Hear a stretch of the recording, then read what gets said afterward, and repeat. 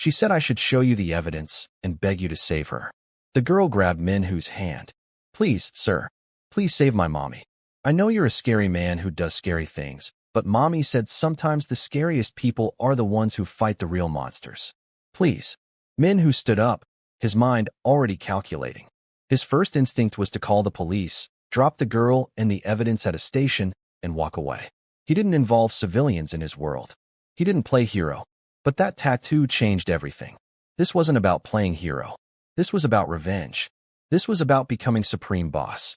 This was about making the man who'd driven Kim to suicide pay for every one he'd stolen, every heart he'd broken, every life he'd destroyed.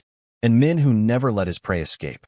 Hit that like and subscribe button right now because what happens next will leave you breathless and wanting more. Min Hoo pulled out his phone.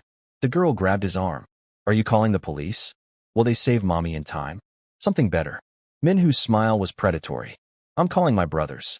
And we're going to your house right now. What's your address? The girl rattled off an address in Nowon-gu, a lower-income district in northern Seoul. Min Hoo barked orders. Park. Take the lead vehicle. Full tactical gear. Assume armed resistance. Chun. Call Dr. Yoon and tell him to prep the emergency room at our facility. Lee. Contact the council and inform them I've located the Viper Network's leader. Everyone else, weapons ready. We move in 5. He looked down at the girl as his men scrambled to obey. What's your name? Splendor. Splendor Fabian. And my mommy is Maria Fabian. Please hurry. What if Daddy already took her away? What if she's already dead? Min Hoo lifted Splendor into his arms, something he'd never done in his 42 years of life. She's not dead. If she was smart enough to document all this evidence and brave enough to send you to find me, she's smart enough to stay alive until we get there. Now hold on tight, and don't let go no matter what you hear or see. The convoy roared back to life. Splendor sat in Min Hoo's lap in the back of the lead car, her small hand gripping his expensive silk tie like it was a lifeline. The driver, a man named Kwon who'd been with Min Hoo for 15 years, kept glancing in the rearview mirror with an expression of pure shock. In all his years, he'd never seen the boss hold a child, never seen him speak gently to anyone, never seen him act like anything other than the cold, calculating predator who'd built Seoul's most feared criminal empire. Splendor directed them through the streets, her voice getting smaller and more frightened as they approached her neighborhood. That's my building, the one with the blue door. We live on the 3rd floor, apartment 304. Daddy's car is that black one right there. Min Hoo saw it immediately. A beat-up Hyundai with Nigerian license plates that had somehow been registered in Korea, probably through forged documents. And next to it, 3 more vehicles. A van with tinted windows. 2 motorcycles. His eyes narrowed. Chitty hadn't come alone. He'd brought backup. The convoy stopped 2 blocks away. Min Hoo handed Splendor to Park. You stay in this car. You don't come out no matter what you hear. Understand? Park will protect you with his life. But what about you? I'm going to get your mother. Min Hoo checked his weapon, a Glock 19 he'd carried for 20 years. And then I'm going to have a very unpleasant conversation with your father. What Min Hoo didn't know, what he couldn't have known because Splendor was just a child who didn't understand the full scope of her father's organization, was that Chitty hadn't just brought backup. He'd brought his entire soul cell. 8 men, all Nigerian nationals who'd overstayed their visas and melted into the immigrant communities of Itaewon and Nowon. Men who'd committed romance scams across 3 countries. Men who had nothing to lose and everything to protect. Men who were armed with automatic weapons. Min Hoo and 6 of his men approached the building quietly, using hand signals, moving like the ex-military operatives most of them were. They reached the 3rd floor. Apartment 304's door was slightly ajar. Min Hoo could hear voices inside, arguing in English. That's when the door exploded outward in a hail of gunfire. Someone inside had been watching. Someone had seen them coming. And someone had decided that the Viper Network's operations in Korea were worth killing for. What followed was urban warfare at its most brutal. The narrow hallway of the apartment building became a killing field. Min Hoo's men returned fire with professional precision, but they were caught in the open. Chin went down first, taking 2 rounds to the chest. His body armor stopped the bullets, but the impact broke his ribs. He rolled behind a corner, gasping. Park's voice crackled over Min Hoo's earpiece. Boss, we've got movement on the ground floor. They're trying to flank you. I'm moving the convoy, But you need to get out of that building now. Not without the woman. Min Hoo dropped to one knee, firing 3 controlled bursts through the open door. He heard a scream. One down. How many more? His question was answered when a grenade rolled out of the apartment. Not a real military grenade, but a homemade explosive device that the Viper network had clearly prepared for exactly this kind of confrontation. Min Hoo had exactly 2 seconds to react. He dove sideways, crashing through a neighboring apartment's door as the hallway erupted in fire and smoke and flying debris. The explosion brought down part of the ceiling. Dust and chunks of concrete rained down. Min Hoo's ears were ringing. He could taste blood, but he was alive. He crawled to his feet, checking his weapon. Still functional. He triggered his mic status report. All units, report. Shin responded first, his voice pained. I'm hit but mobile. Moving to the stairwell. Lee came next. Second floor secured. 3 hostiles down. They tried to escape through the back, but we were waiting. Kwon reported from the ground. Boss, we've got a problem. 2 more vehicles just pulled up. SUVs with blacked-out windows. More Viper network members. This is bigger than we thought. Min Hoo made a split-second decision. He triggered the emergency frequency, the one that connected him directly to every single member of his organization across Seoul.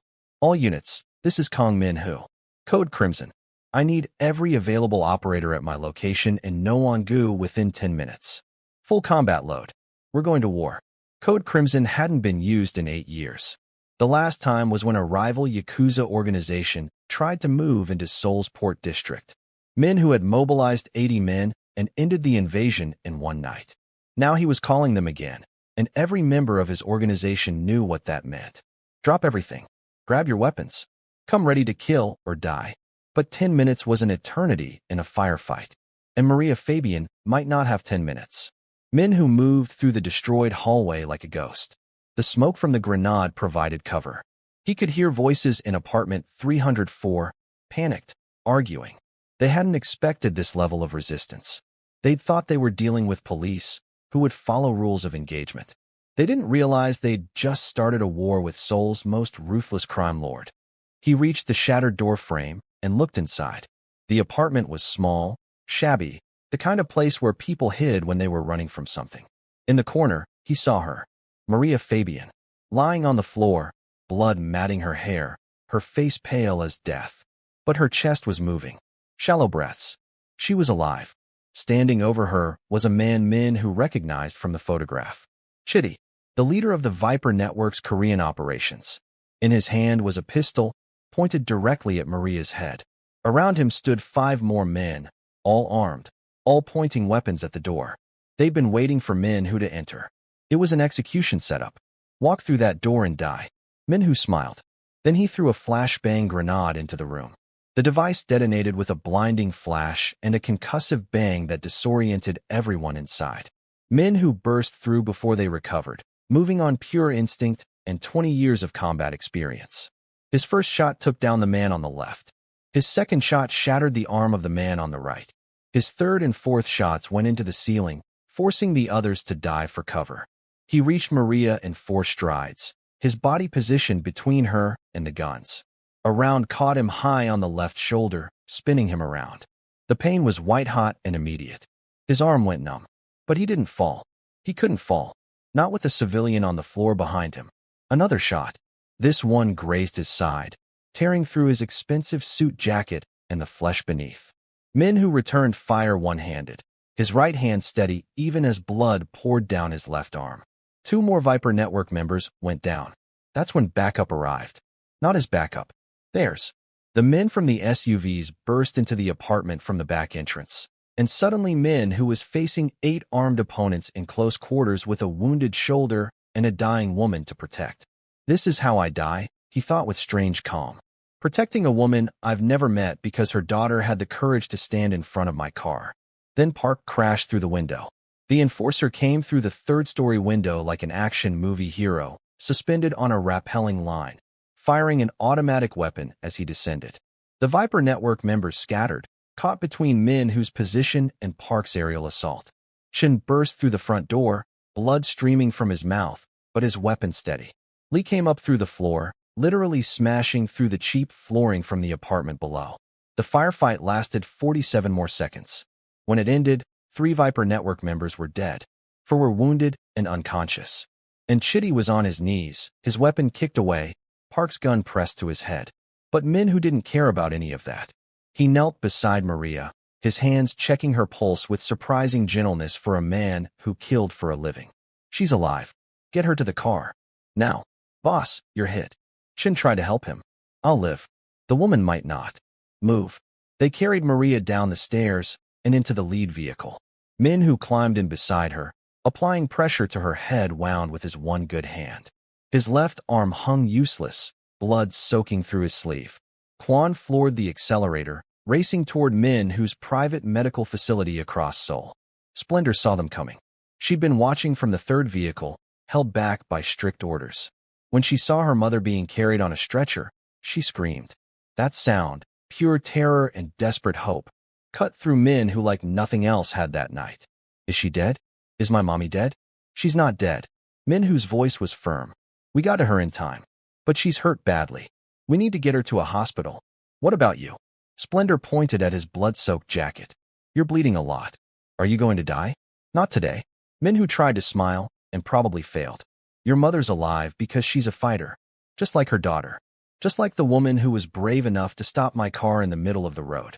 He ruffled her hair with his bloody hands. They reached the facility in 12 minutes, breaking every traffic law in Seoul. Dr. Yoon was waiting with a full surgical team. They took Maria immediately, wheeling her into an operating room. Min Hoo tried to follow, but his own men stopped him. Boss, you need treatment. That shoulder wound is serious. You're losing blood. After the woman is stable. Sir, you could pass out. You could die from blood loss. I said after the woman is stable. Min Hoo's voice carried enough menace to make grown men back up. I took a bullet for her. I'm not leaving until I know she survives. Is that understood? The medical staff exchanged glances. They'd worked for Min Hoo for years, but they'd never seen him like this. Never seen him put anyone's well-being above his own. Never seen him show this much emotion over anything except business and revenge. He sat down heavily in the hallway outside the operating room, blood dripping onto the polished floor. Splendor appeared beside him, having evaded the guards who were supposed to keep her in the waiting room. She climbed into his lap without asking permission, careful of his wounded shoulder. You saved her. Her voice was small but certain. You saved my mommy like you promised. I don't break my promises. Min Hoo said it like a vow. Neither of them moved for the next 3 hours while doctors worked to save Maria's life. Min Hoo's men stood guard, weapons ready, checking every entrance, because the Viper network might send reinforcements. But mostly they watched their boss hold a 7-year-old Nigerian girl while blood soaked through his designer suit, and they understood that something fundamental had changed tonight. The surgeon finally emerged at 7:23 a.m. She'll live. The head trauma was serious, but not fatal. We've stopped the bleeding and reduced the swelling. She'll need extensive recovery time, but barring complications, she should make a full recovery. Only then did Min Hoo allow his men to treat his wounds. Only then did he let Dr. Yoon examine his shoulder, extract the bullet, and stitch the entry wound. Only then did he permit them to bandage his side and give him antibiotics and pain medication. Splendor stayed with him through it all. When he winced as they dug out the bullet, she held his good hand. When they stitched the wound, she told him stories about her mother's cooking to distract him. When they finally finished and told him to rest, she curled up in the chair beside his bed and fell asleep, holding onto his jacket sleeve like she was afraid he'd disappear. Min Hoo's second in command, a ruthless enforcer named Shin who'd committed his first murder at age 16, looked at the scene and shook his head. Boss, I've worked for you for 20 years. I've seen you do impossible things. But I never thought I'd see you protect a civilian at risk to your own life. I never thought I'd see you let a child touch you. What changed? Min Hoo looked at Splendor's sleeping face. Maybe I got tired of only destroying things and wanted to save something for once. Or maybe I did it because the criminal in question would make me greater. Maria woke up 4 days later. Min Hoo was in a meeting with the Council of Seven when he got the call from Dr. Yoon. The patient is conscious and asking questions. She wants to know what happened. She wants to know where her daughter is. And she wants to know the name of the man who saved her life. Min Hoo stood up in the middle of the council meeting. Gentlemen, we'll continue this later. I have pressing business. The council members, some of the most powerful crime lords in Asia, watched him leave without a word of protest. They'd already heard the story. How Min Hoo had taken on the entire Viper network cell single-handedly. How he'd taken a bullet for a woman he'd never met. How he'd captured Chitty, the ghost they'd been hunting for 5 years. The council had already voted unanimously. Min Hoo was now supreme boss, the head of their organization. But he'd rushed out of his own coronation to check on a civilian. Min Hoo reached the hospital room and stopped outside the door. For the first time in his adult life, he felt uncertain. He'd faced down Yakuza warriors and corrupt politicians and rival gang leaders without hesitation. But walking into that room to face a woman he'd saved felt more daunting than any firefight. He knocked. The door opened. Dr. Yin smiled. "She's waiting for you." Min Hoo entered. Maria Fabian sat up in the hospital bed, her head wrapped in bandages, her face pale, but her eyes bright and aware. Splendor was curled up beside her, finally sleeping peacefully now that her mother was awake. "You're the man who saved us." Maria's voice was soft, accented with Nigerian inflections that made Korean sound musical. "My daughter told me everything. How you stopped your car for her. How you came to get me. And I saw you take a bullet so I could live. I don't know how to thank you for that." "You already did." Min Hoo gestured to Splendor. "She stopped my car and gave me information that I needed. We're even. I don't think saving a child and her mother is equal to providing business intelligence." Maria smiled, and Min Hoo felt something shift in his chest that had nothing to do with his bullet wound. "But I won't argue with you. You clearly don't like people disagreeing with you. How did you know that? Your men are terrified of you. They hover outside that door like they're guarding a king." And Splendor said even your enemies call you the Ice Prince of Seoul because you never show emotion or mercy. She tilted her head.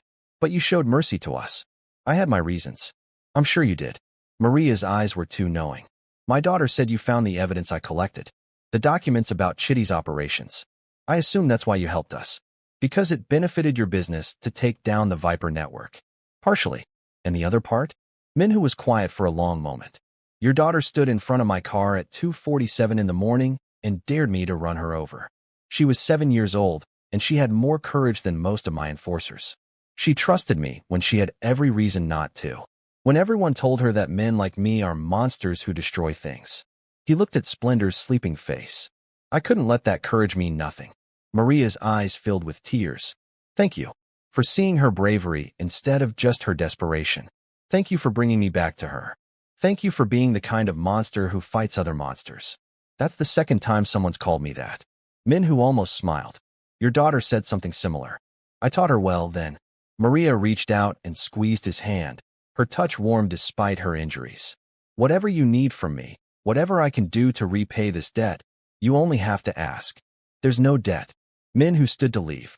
"Recover. Take care of your daughter. Stay in Korea or go back to Nigeria if you want. The Viper network is finished. Chitty is in custody and his organization is being dismantled as we speak. You're safe now." "Wait." Maria's voice stopped him at the door. "At least tell me your name. I should know the name of the man who saved my life." "Kang Min Hoo." "Thank you, Kang Min Hoo. And I think you should know that Splendor has been asking about you every single day. She wants to see you again. She says you promised to keep the monsters away."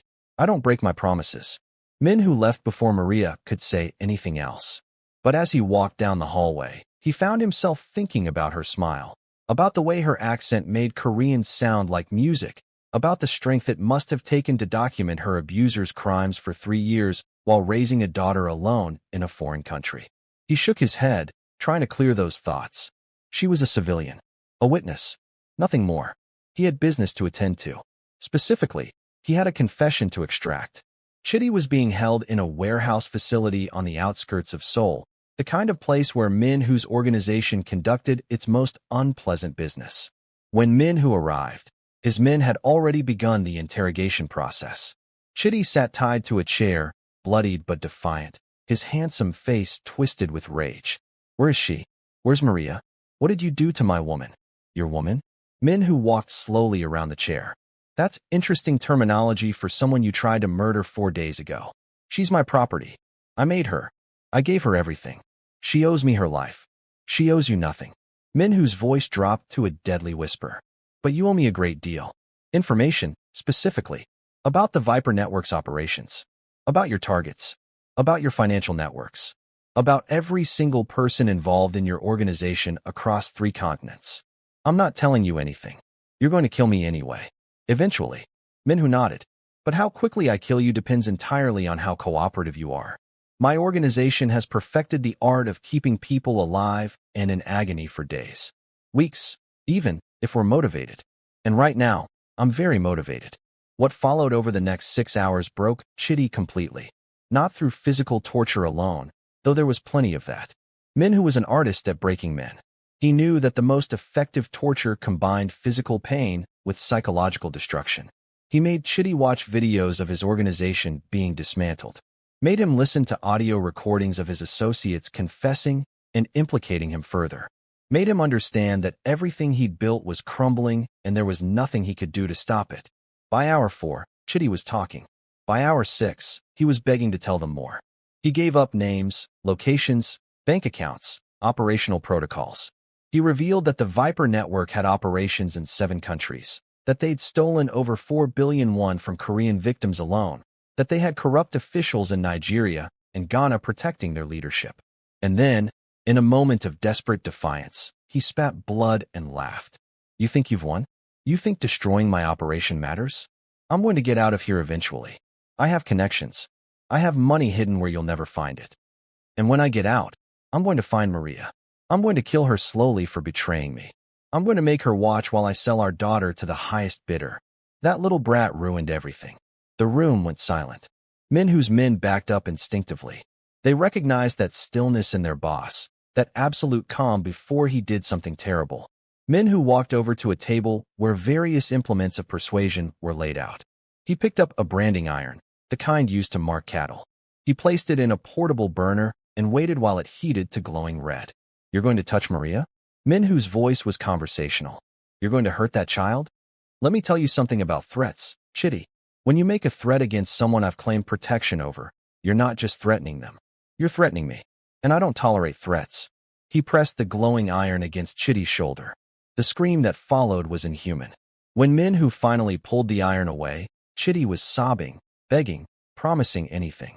I'm going to give you a choice. Min Hoo's voice was gentle, which somehow made it more terrifying. You can confess everything. Every detail of your operation. Every name. Every account number. Every corrupt official. Every single crime you've ever committed. Or I can remove body parts one at a time until you do. Starting with your hands, since you said you wanted to use them to hurt a woman and child I've sworn to protect. I'll tell you everything. Please. No more. I'll tell you everything. And he did. For the next 8 hours, Chitty sang like a bird. Min Hoo's men recorded every word, documented every confession, compiled evidence that would destroy the Viper network permanently. When they were finished, they had enough information to shut down romance scam operations across West Africa and arrest over 200 people involved in the syndicate. But it was Chitty's final words that stayed with Min Hoo. You're in love with her, aren't you? With Maria? That's why you're so angry about my threats. You saved her, and now you think she belongs to you. You're just like me. We're both criminals who take what we want. Min Hoo considered that statement. Then he walked over to the table and picked up a knife. We're nothing alike. I don't prey on the innocent. I don't abuse women. I don't threaten children. And I don't make promises I don't keep. I promised Maria that she'd be safe. That means you never get the chance to hurt her again. What are you going to do? Kill me? Go ahead. At least I won't have to see her living free while I rot in prison. I'm not going to kill you. Min Hoo smiled. That would be mercy. Instead, I'm turning you over to the Council of 7. They're going to share you. Each member gets you for 1 week to extract their own revenge for the money you stole from their organizations. After that, assuming you survive, we're handing you over to Interpol along with all the evidence you've provided. You'll spend the rest of your life in prisons across multiple countries, being transferred every few years to face new charges. You'll never be free. You'll never see sunlight except through bars. And every single day, you'll remember that it was a 7-year-old girl who destroyed you. Chitty started screaming curses in Igbo, in English, in broken Korean. He promised to escape, to get revenge, to destroy everyone Min Hoo cared about.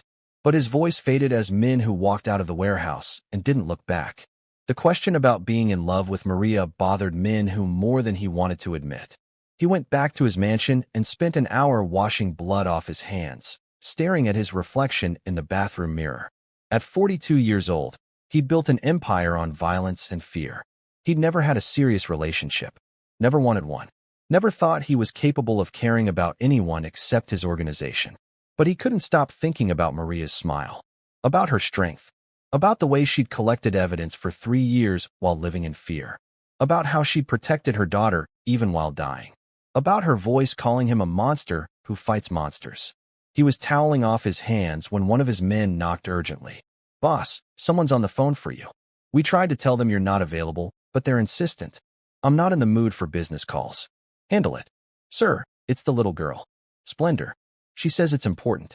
Min Hoo snatched the phone from his guard's hand. "Splendor? What's wrong? Is your mother okay?" Splendor's voice came through clear and happy. "Hi, Mr. Kang. Mommy's awake and feeling much better. Dr. Yoon says she can leave the hospital next week. Mommy wanted me to call you to say thank you. She said you disappeared before she could properly express her gratitude. Your mother doesn't need to thank me. I'm just glad she's recovering." "That's exactly what Mommy said you'd say." Splendor giggled. "She says you're going to say you're too busy and important to accept thanks from regular people. But I wanted to say it anyway because you're my hero. You stopped your car when I asked you to, and you saved my mommy's life." Min Hoo felt something crack in his chest. A 7-year-old girl thought he was a hero. Him, a man who'd ordered dozens of executions. A man whose hands were stained with blood that would never wash clean. "I'm not a hero, Splendor. I just did what needed to be done.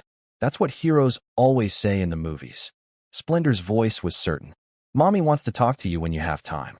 She says she needs to properly thank you face to face. Will you come visit us?" "I'll think about it." Min Hoo found himself smiling despite everything. "You focus on taking care of your mother and yourself. That's the best way to thank me." After he hung up, Min Hoo stood there holding the phone for a long time. His guard, a man named Ji-won who'd been with him for a decade, cleared his throat. "Boss, if you don't mind me saying, you seem different lately. More human, somehow. And that's dangerous. For someone in my position, being human means being vulnerable. Maybe being a little vulnerable isn't the worst thing." Ji-won retreated quickly before his boss could respond to that. Over the following week, Min Hoo found himself calling the hospital daily for updates on Maria's condition. Not through intermediaries. Not through his organization's channels. He called personally, using the direct line Dr. Yoon had given him, and asked specific questions about her recovery progress. "She's healing remarkably well," Dr. Yoon reported on day 5. "Physically, at least. The psychological trauma will take longer. She wakes up from nightmares sometimes, calling out for her daughter. She's terrified that Chitty's associates might come for them. They won't." Min Hoo's voice was firm. "The Viper network is finished. We've dismantled their entire operation across 3 continents. Every member is either in custody or dead. Maria and Splendor are under my personal protection. Make sure she knows that. I've told her multiple times, but I think she needs to hear it from you directly." Dr. Yoon paused. "She asks about you constantly. Where you are, if you're recovering from your wounds, when you'll visit again. I think she needs closure, to properly express her gratitude and maybe to understand why you saved her." "I saved her because it served my interests." "Did you?" Dr. Yoon's voice was too knowing. "Because from where I'm standing, you took a bullet for a woman you'd never met. You refused treatment until she was stabilized. You called personally to check on her every single day. That doesn't sound like serving your interests. That sounds like caring about someone." Min Hoo hung up without responding. But that night, he couldn't sleep. He kept thinking about Maria lying in that hospital bed with bandages around her head, asking about him, wondering why he'd saved her, needing closure. The Council of 7 held an official ceremony 3 days later to recognize Min Hoo's promotion to Supreme Boss. The ceremony took place in a private estate outside Seoul, attended by crime lords from across Asia. "Let me tell you something about threats, Chitty. When you make a threat against someone I've claimed protection over, you're not just threatening them. You're threatening me. And I don't tolerate threats." He pressed the glowing iron against Chitty's shoulder. The scream that followed was inhuman. When Min Hoo finally pulled the iron away, Chitty was sobbing, begging, promising anything. "I'm going to give you a choice." Min Hoo's voice was gentle, which somehow made it more terrifying. "You can confess everything. Every detail of your operation. Every name. Every account number. Every corrupt official. Every single crime you've ever committed. Or I can remove body parts one at a time until you do. Starting with your hands, since you said you wanted to use them to hurt a woman and child I've sworn to protect." I'll tell you everything. Please. No more. I'll tell you everything. And he did. For the next 8 hours, Chitty sang like a bird. Min Hoo's men recorded every word, documented every confession, compiled evidence that would destroy the Viper network permanently. When they were finished, they had enough information to shut down romance scam operations across West Africa and arrest over 200 people involved in the syndicate. But it was Chitty's final words that stayed with Min Hoo. You're in love with her, aren't you? With Maria? That's why you're so angry about my threats. You saved her, and now you think she belongs to you. You're just like me. We're both criminals who take what we want. Min Hoo considered that statement. Then he walked over to the table and picked up a knife. We're nothing alike. I don't prey on the innocent. I don't abuse women. I don't threaten children. And I don't make promises I don't keep. I promised Maria that she'd be safe. That means you never get the chance to hurt her again. What are you going to do? Kill me? Go ahead. At least I won't have to see her living free while I rot in prison. I'm not going to kill you. Min Hoo smiled. That would be mercy. Instead, I'm turning you over to the Council of Seven. They're going to share you. Each member gets you for 1 week to extract their own revenge for the money you stole from their organizations. After that, assuming you survive, we're handing you over to Interpol along with all the evidence you've provided. You'll spend the rest of your life in prisons across multiple countries, being transferred every few years to face new charges. You'll never be free. You'll never see sunlight except through bars. And every single day, you'll remember that it was a 7-year-old girl who destroyed you. Chitty started screaming curses in Igbo, in English, in broken Korean. He promised to escape, to get revenge, to destroy everyone Min Hoo cared about. But his voice faded as Min Hoo walked out of the warehouse and didn't look back. The question about being in love with Maria bothered Min Hoo more than he wanted to admit. He went back to his mansion and spent an hour washing blood off his hands, staring at his reflection in the bathroom mirror. At 42 years old, he'd built an empire on violence and fear. He'd never had a serious relationship, never wanted one, never thought he was capable of caring about anyone except his organization.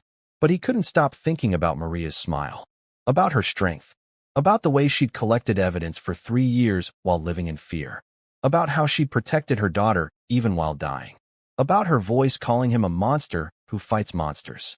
He was toweling off his hands when one of his men knocked urgently.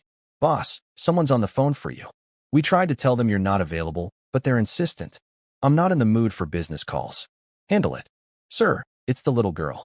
Splendor. She says it's important. Min Hoo snatched the phone from his guard's hand. Splendor? What's wrong? Is your mother okay?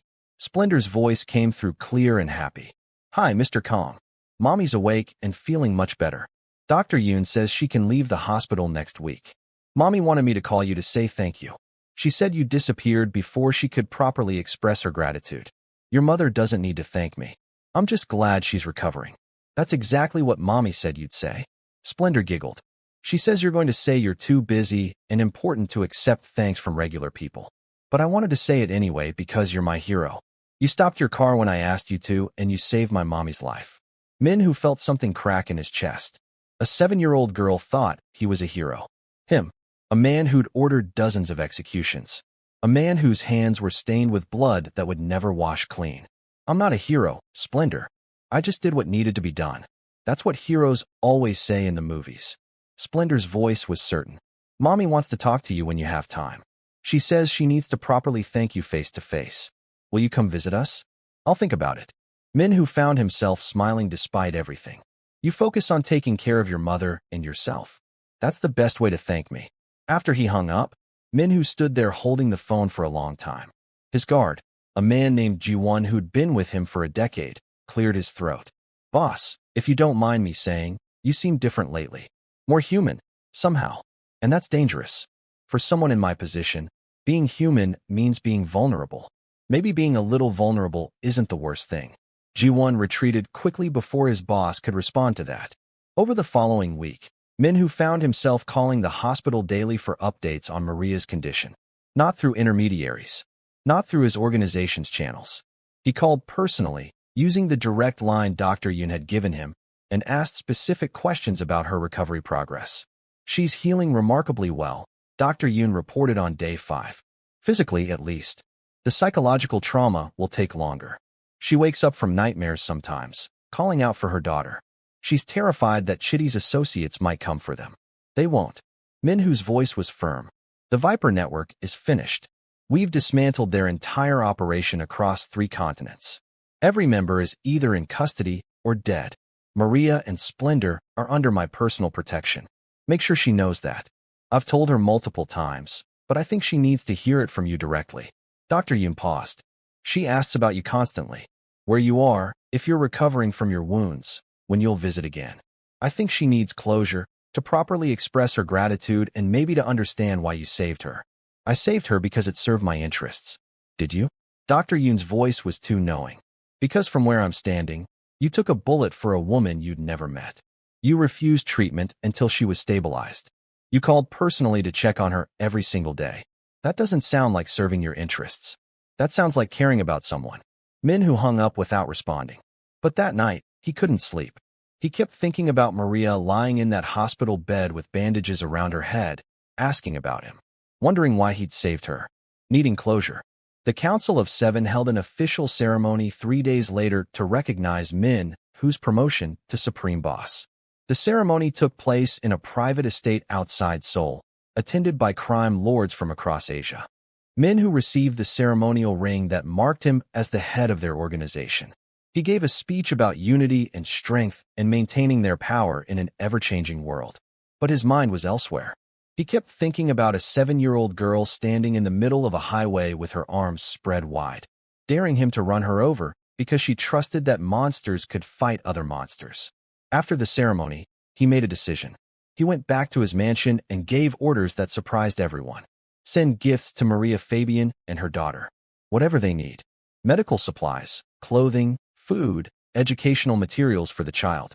And arrange for them to have a proper apartment when Maria is discharged. Something safe, in a good neighborhood, with security. His men scrambled to obey. Over the next week, Maria and Splendor received deliveries that transformed their hospital room into something resembling a luxury suite. Books for Splendor. Traditional Nigerian ingredients so Maria could cook familiar foods when she recovered. A tablet computer loaded with Korean language learning programs. New clothes that actually fit. Toys for Splendor that made her squeal with delight. And through it all, Min Hoo stayed away. He told himself it was better this way. He'd saved them, protected them, provided for them. That was enough. He didn't need to see Maria's gratitude or answer her questions about why he'd cared. But on the 15th day after the rescue, someone knocked on his door at exactly 3 p.m. Min Hoo was in his study reviewing financial reports when Ji-won's panicked voice came over the intercom. Boss, we have a situation at the main gate. There's a child here demanding to see you. She somehow walked past our outer perimeter and made it all the way to the front entrance before anyone noticed. A child? What child? The Nigerian girl. Splendor. She's standing at your gate, and she refuses to leave until she sees you. Boss, she walked 3 kilometers from the hospital to get here. The security team is mortified that a 7-year-old infiltrated our defenses. Min Hoo was down the stairs and out the front door before he consciously decided to move. He crossed his courtyard in long strides and reached the main gate to find Splendor standing there holding a bouquet of flowers that was almost as big as she was. Behind her, looking sheepish, were 4 of his security guards who'd been completely outsmarted by a child. How did you get here? Min Hoo demanded, his voice sharper than he intended because he was imagining all the dangers she could have faced walking through Seoul alone. Splendor smiled up at him, completely unafraid. I asked people for directions. Everyone knows where the Ice Prince lives. They all said I shouldn't come here because you're scary and dangerous, but I told them you're my hero and heroes aren't scary to people they saved. You walked 3 kilometers alone. I wanted to thank you properly. And Mommy said she needed to see you too, but the doctors won't let her leave yet, so I came by myself. Splendor held out the flowers. These are for you, for saving us and for sending all those wonderful gifts. Mommy cried happy tears when she saw the Nigerian ingredients because she hasn't had proper food since we came to Korea. Min Hoo crouched down to her height and took the flowers awkwardly. He'd never received flowers from anyone in his entire life. Thank you, but you shouldn't have walked here alone. It's not safe. You made it safe. Splendor stated this like it was obvious. You said you'd keep the monsters away. So I knew I'd be okay walking through Seoul because you're in charge of everything and the monsters are afraid of you. Before Min Hoo could respond, Splendor ran forward and hugged him around the waist. Thank you, Mr. Kang. Thank you for saving my mommy. Thank you for taking a bullet so she could live. Then she stood on her toes and kissed his cheek. Min Hoo froze. Around him, his hardened security guards blushed and looked away. Some of them were actually smiling. In 42 years of life, Kang Min Hoo had never blushed. But standing there with a 7-year-old girl hugging him and flowers in his hands, he felt his face heat up. He barked at his guards to cover his embarrassment. Why wasn't I informed immediately that she had arrived at our perimeter? Someone failed to do their job today, and we're going to have a serious conversation about security protocols. The guards straightened immediately, trying to look professional while their boss held flowers and got hugged by a child. We're sorry, sir. She's very small and moved very quietly, and we didn't expect. I don't want excuses. I want explanations for how a 7-year-old civilian walked through our security without being detected. He turned back to Splendor. How did you get past my outer guards? I told them I was delivering flowers. Splendor said this proudly. They didn't ask who the flowers were for. They just said to be careful and pointed me in the right direction.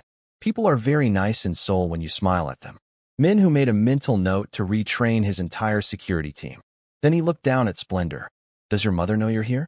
Splendor's confident expression faltered. Not exactly. She was sleeping when I left. But I left her a note saying I'd be back soon. She's going to be worried. That's why you should come back with me. Splendor grabbed his hand. You can tell her I'm safe, and then she won't be worried anymore. And she really wants to see you. She practices what she's going to say to you every single day. Sometimes she cries when she practices because she's so grateful. Min Hoo looked down at the small hand holding his. So trusting. So certain that he was someone worth trusting. How do you know I'm not going to disappoint you? How do you know I'm actually a good person? You took a bullet for my mommy. Splendor said this like it explained everything. Bad people don't take bullets for strangers. Bad people don't send gifts to little girls and their mothers. Bad people don't keep their promises about keeping monsters away. You're not bad, Mr. Kang. You're just scary on the outside, so bad people will be afraid of you. But inside, I think you're good. Out of the mouths of children, Ji-won muttered from behind them. Min Hoo made another decision that surprised him. Fine. I'll take you back to the hospital. But we're taking my car, and you're going to promise me that you'll never walk through Seoul alone again. Understood? I promise. Splendor beamed at him. And you're going to let me talk to your mother about security protocols because clearly she needs to keep a closer eye on you. They drove back to the hospital in Min Hoo's personal vehicle, Splendor chattering happily about everything she'd seen in Seoul, about how the doctors were nice, but they gave her vegetables she didn't like, about how she wanted to learn Korean properly so she could go to school and make friends. When they arrived at the hospital, Min Hoo carried Splendor inside because she'd walked 3 kilometers and her little legs were tired. The nurses recognized him immediately and stepped back nervously. The Ice Prince of Seoul, carrying a child like she was precious cargo, walking through their hospital like he owned it. Which, technically, he did. It was his facility. They reached Maria's room. Min Hoo knocked, then opened the door before she could respond. Maria was sitting up in bed, frantically looking around, clearly having just woken up and discovered her daughter was gone. She looked up. Her eyes met Min Hoo's, and time seemed to stop. Min Hoo had seen beautiful women before. His world was full of them. Actresses, models, socialites who threw themselves at powerful men hoping for protection or status. But Maria Fabian, sitting in a hospital bed without the bandages he had earlier seen around her head and worry in her eyes, took his breath away. She was beautiful in a way that had nothing to do with makeup or expensive clothes. Beautiful in her strength, in her resilience, in the way her eyes lit up when she saw her daughter safe in his arms. Splendor. Maria's voice was relief and exasperation mixed together. Where did you go? I woke up and you were gone and I was terrified. She stopped when she realized who was holding her daughter. Mr. Kang. Maria's voice softened. You brought her back. She walked to my house. Min Hoo set Splendor down gently. 3 kilometers through Seoul. By herself. Because apparently she wanted to deliver flowers and thank me personally. Maria's eyes filled with tears. I'm so sorry. I fell asleep and didn't realize she'd left. I should have been more vigilant. She could have been hurt or lost or... She's fine. Min Hoo interrupted. But we need to talk about security. When you're discharged from here, you and Splendor will move into an apartment I've arranged. It's in a good neighborhood with excellent schools. And it has proper security So your daughter can't walk 3 kilometers through one of Asia's most dangerous cities without supervision. I can't accept that. Maria shook her head. You've already done too much. The medical care, the gifts, the protection. I don't have any way to repay you for all of this. I'm not asking for repayment. Then what do you want? Maria looked at him directly, her eyes too knowing. Why did you save us? Why are you still helping us? Why did you take a bullet for a woman you'd never met? Min Hoo was quiet for a long moment. Then he walked to the window, looking out over Seoul. Your daughter stood in front of my car and trusted that I wouldn't run her over. She saw a monster and decided I was the kind of monster who fights other monsters. She had every reason to be afraid of me, but she chose courage instead. And you? He turned back to face Maria. You documented abuse for 3 years while raising a child alone in a foreign country. You collected evidence knowing that if your abuser found it, he'd kill you. You taught your daughter to be brave and smart and strong. You told her where to find help when you couldn't protect her anymore. That takes more courage than anything I've ever done in my entire life. So you saved us because you admired our courage? I saved you because your daughter reminded me that courage isn't just about violence and power. It's about a 7-year-old standing in the middle of a highway. It's about a mother protecting evidence instead of protecting herself. He moved closer to the bed and crouched in front of her. I've spent 42 years building an empire on fear. And then your daughter looked at me and saw something worth trusting. I couldn't let that trust be misplaced. Maria smiled, and Min Hoo felt that crack in his chest widen. You're a good man, Kang Min Hoo. Even if you don't believe it yourself. I'm not a good man. I've done terrible things. I will continue to do terrible things because that's what my world requires. Then you're a bad man who does good things sometimes. Maria reached out and touched his hand, the same way Splendor had.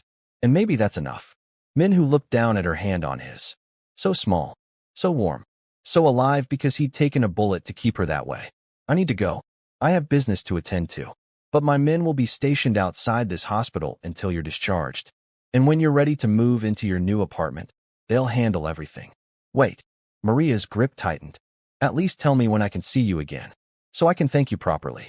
So I can understand the man who saved my life. You just did understand me.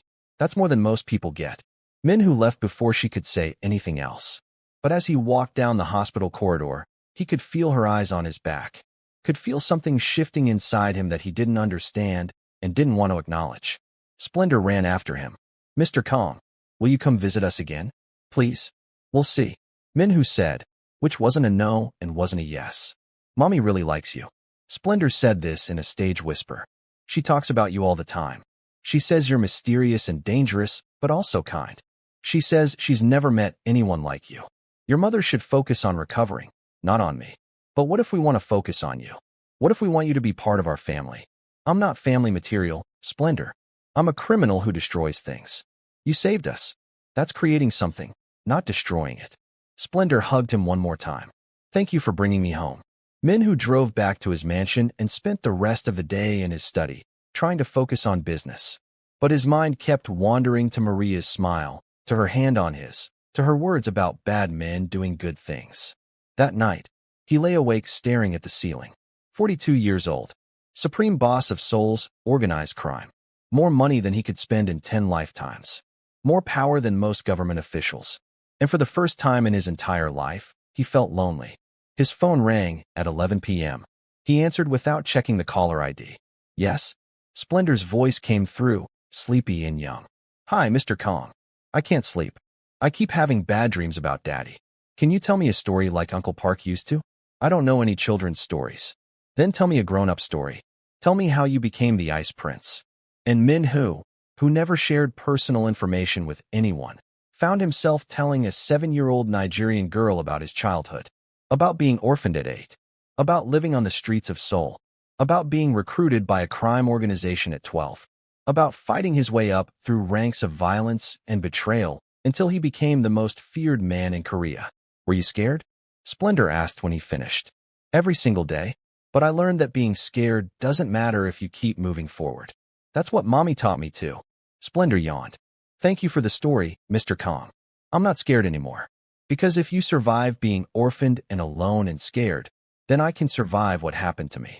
And I have you protecting me, so I'm already safer than you were. They talked for another 20 minutes before Splendor fell asleep with the phone still connected. Min Hoo listened to her gentle breathing for a long time before hanging up. Then he sat in his study until dawn, staring at the flowers she'd brought him, wondering when exactly he'd started caring about a woman and child he barely knew. The week passed in a strange new rhythm. Min Hoo conducted his business, attended council meetings, oversaw the final dismantling of the Viper network. But every evening at 11 p.m., his phone would ring, and Splendor would want to talk, to hear stories, to tell him about her day, to ask questions about everything and anything. And every time, Min Hoo answered. Every single time. His men noticed. Of course they noticed. The ice prince who never smiled was now taking phone calls from a child and actually looking forward to them. The supreme boss who ruled through fear was buying children's books and reading them, so he'd have new stories to tell. On the 8th day, Dr. Yin called with news. Maria's being discharged tomorrow. Full recovery expected. She's asked about you again. She wants to see you before she leaves. I'll arrange for my men to move them into the new apartment. She specifically requested to see you, not your men. I'm busy. With respect, sir, you're not. Dr. Yoon's voice was gentle. I've worked for you for 15 years.